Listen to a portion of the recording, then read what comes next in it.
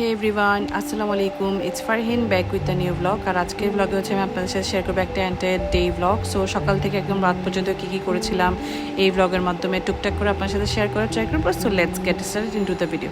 প্রথমে হচ্ছে সকালে উঠে যে কাজটা করলাম, বেবির জন্য চাউল ধুয়ে একদম ক্লিন করে রোদে দিয়ে দিলাম শুকাতে। আমার বেবির রাইস সিরিয়াল শেষ, সো ওর জন্য রাইস সিরিয়াল বানাতে হবে। তারপর হচ্ছে আমি আর আমার হাজব্যান্ডের জন্য একসাথে ব্রেকফাস্ট বানিয়ে নিচ্ছিলাম। সো ডিমের মধ্যে একটু ব্ল্যাক পেপার আর একটু সল্ট অ্যাড করে একটা ডিম ফ্রাই করে নিচ্ছিলাম। একদম কুইক অ্যান্ড খুব সিম্পল ওয়েতে এটা করা যায়। সো এটা আমার জন্য এটা খুব ইজি গো টু ব্রেকফাস্ট আর কি। সো আমরা ব্রেকফাস্ট করতে করতে অনেক ধরনের রিলেভেন্ট কথাবার্তা বলতেছিলাম। ওই দিন আল্লাহ জানে কেন বলতেছিলাম, আর আপনারা নিশ্চয়ই জানেন এখন রিসেন্ট আর কি রিলেভেন্ট কথাবার্তার টপিক কোনটা হতে পারে। সো বেশ সময় ধরে হচ্ছে মূলত বলা যায় ব্রেকফাস্টটা করলাম, সাথে চাও ছিল। তারপর হচ্ছে একটু ভর্তা বানাবো ওই দিন লাঞ্চের জন্য। সো ভর্তার জন্য এখানে হচ্ছে শিম, কাঁকরোল, আলু, একটু কাঁচামরিচ দিয়ে সিদ্ধতে বসিয়ে দিলাম। আর এই ছোটো চিংড়িটা রান্না করব। মূলত হচ্ছে আমাদের কাছে লাঞ্চ আগের দিনের ছিল প্রিপেয়ার করা। সো ওই দিন জাস্ট এই দুটো আইটেমই করবো। থাকে না কিছু দিন যে লেজি লেজি ফিল হয়, আবার দেখা যায় অনেক কিছুই করতে হয়। আর এখন দেখা যাচ্ছে আলহামদুলিল্লাহ বেবি আছে। সো টুকটাক করে অনেক কিছুই করতে হয়। সো আলহামদুলিল্লাহ for every single thing. So এখানে হচ্ছে আমি রান্নাটা করে নিয়েছিলাম, পেঁয়াজ, হলুদ, মরিচ, কাঁচামরিচ সব কিছু দিয়ে একটু কষিয়ে নিয়ে এখন হচ্ছে আমি এখানে চিংড়িটা অ্যাড করে দিলাম। আর এটা হতে তেমনটা বেশি টাইম লাগেনি, অ্যারাউন্ড 20 to 25 মিনিটস মতোই টাইম লেগেছিল এরকম আর কি, অ্যাজ ছোটো চিংড়ি। আর এখানে এখন আমি কিছু টমেটোস আর হচ্ছে কাঁচামরিচও দিয়ে দিচ্ছি। আর এটা হচ্ছে আমি একটু ঝাল ঝাল করে রান্না করেছিলাম, যেহেতু সবাই মোটামুটি এই চিংড়ি জিনিসটা আর কি একটু ঝাল ঝাল খেতে প্রেফার করে। সো এটা ঝাল ঝাল করে রান্না করার চেষ্টা করেছিলাম। আর এই তো এটা হচ্ছে আমার চিংড়ির রান্নার ফাইনাল লুক ছিল আর কি। আর এর পরপরই কিন্তু আমরা লাঞ্চ সেরে ফেলছিলাম।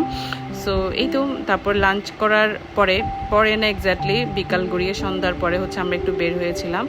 সো মিমির দিকে গিয়েছিলাম, বলা যায় অনেকদিন পরে মিমিতে গিয়েছিলাম ওই দিন। অ্যাকচুয়ালি দেশের সিচুয়েশন তো স্টেবল ছিল না, সো সব কিছু মিলিয়ে হচ্ছে যাওয়া হয়নি। সো প্রথমে মিমিতে গিয়ে হচ্ছে নুরু আঙ্কেলের দোকানে গেলাম মানছি শাড়িতে। সো ওখানে দেখলাম কিছু শাড়ির নতুন নতুন কালেকশন আসছে। সো অ্যাকচুয়ালি এই শাড়িগুলো আমার মনে হচ্ছে আমি কিছুদিন আগেও দেখেছি, লাইক 4-5 মাস আগে, বাট ওনারা বলছিল এটা ক্লায়েন্ট ডিমান্ড অনেক হাই, দ্যাটস ওয়াই ওনারা এটা আবার রিস্টক করেছে এরকম। বাট শাড়িগুলো কিন্তু খুব কালারফুল আর খুব নাইস, আমার কাছে সুন্দর লেগেছে আর কি। আর কিছু নতুন শাড়িও এসেছে, আমি ওগুলো আপনাদের সাথে শেয়ার করবো। মেনলি আমি গিয়েছিলাম হচ্ছে আমার কিছুদিন আগে দেয়া ফলস পিকো পলিশে কিছু শাড়ি ছিল, সো ওগুলোই আনতে গিয়েছিলাম। অ্যান্ড দেখি ওনারা ক্লায়েন্টদেরকে এগুলো শো করছিল, অ্যান্ড দেন আমি আপনাদের জন্য একটু রেকর্ড করে নিলাম যাতে আপনাদের সাথে শেয়ার করতে পারি।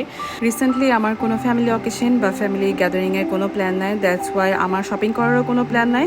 So this is the sari I love most, this pearl white colour, মাশাল্লাহ মাশাল্লাহ সো বিউটিফুল। অ্যান্ড এই শাড়িটাতে হচ্ছে অনেকগুলো কালার আছে। So I will try to show you all of the colour. And recently কিছুদিন আগে আর কি ফেসবুকে একটা ট্রেন্ড চলছিল যে নারী কিসে আটকায়, কিসের প্রেমে বা কিসের মায়ায় আটকায়। সো আমি বলবো আমার পার্সপেক্টিভ থেকে, নারী হচ্ছে শাড়ি দেখলে শাড়ির মায়ায় আটকায় যায়। সো আপনারাও কি আমার মতো শাড়ির মায়ায় আটকায় যান কিনা, do let me no in comment section. So এই তো এই শাড়িটা হচ্ছে আমি আপনাদেরকে বারবার দেখাচ্ছি বা আমিও দেখছিলাম, মাশাল্লাহ মাশাল্লাহ এটা অনেক বেশি সুন্দর লাগতেছিল। আর আমি আপনাদেরকে হচ্ছে এখন সবগুলো কালার দেখানো ট্রাই করবো। ফিরোজি, পার্পল, পিচ, লাইম টাইপের একটা কালার ছিল, this is the grey colour, অনেক নাইস। সো আমরা হচ্ছে মিমিতে যাবো ফ্যামিলি ফুডসে, ফুচকা খাবো না তা তো হয় না। সো ফ্যামিলি ফুডস থেকে হচ্ছে ফুচকা, চটপটি অ্যান্ড হচ্ছে সিঙ্গারা খেলাম। আপনারা যারা ওদের সিঙ্গারাটা ট্রাই করেননি, আপনারা অবশ্যই ওদের সিঙ্গারা ট্রাই করবেন, এটা খুবই খুবই মজা। আর তো ফুচকা চটপটি তো আছে রিনোন। সো এই তো এখান থেকে এটা খেলাম। আর অনেকে বলে যে আনহেলদি খাওয়ার ঠিক না, সো আমার কাছে মনে হয় মাঝে মাঝে আনহেলদি খাওয়ারও খারাপ না, ভালোই। তারপর হচ্ছে আমি একটু অফিলিয়ে গিয়েছিলাম পাশে আফমিতে। সো ওখানে হচ্ছে অনেকগুলো সুন্দর সুন্দর চুড়ি কালেকশন আসছিল। আম্মুর একটা পেয়ার পছন্দ হয়েছিল, বাট আম্মুর সাইজ না থাকার জন্য হচ্ছে আমরা নিতে পারিনি। আম্মু হচ্ছে একদম ছোটো সাইজটাই পরে 2.4, সো এটা সবসময় মেলানো খুব কষ্ট হয়ে যায়। তারপর হচ্ছে এখান থেকে আমরা অনেকগুলো ক্লিপসের কালেকশন দেখলাম। তারপর হচ্ছে আমার বেবির জন্য একটা পারফিউম অয়েল নিলাম, যেটা ওকে আমি রেগুলার ওর ড্রেসে ইউজ করে দেই। তারপর ডিমার্টে গেলাম, ডিমার্ট থেকে হচ্ছে ওর জন্য 2টা ড্রেস নিলাম।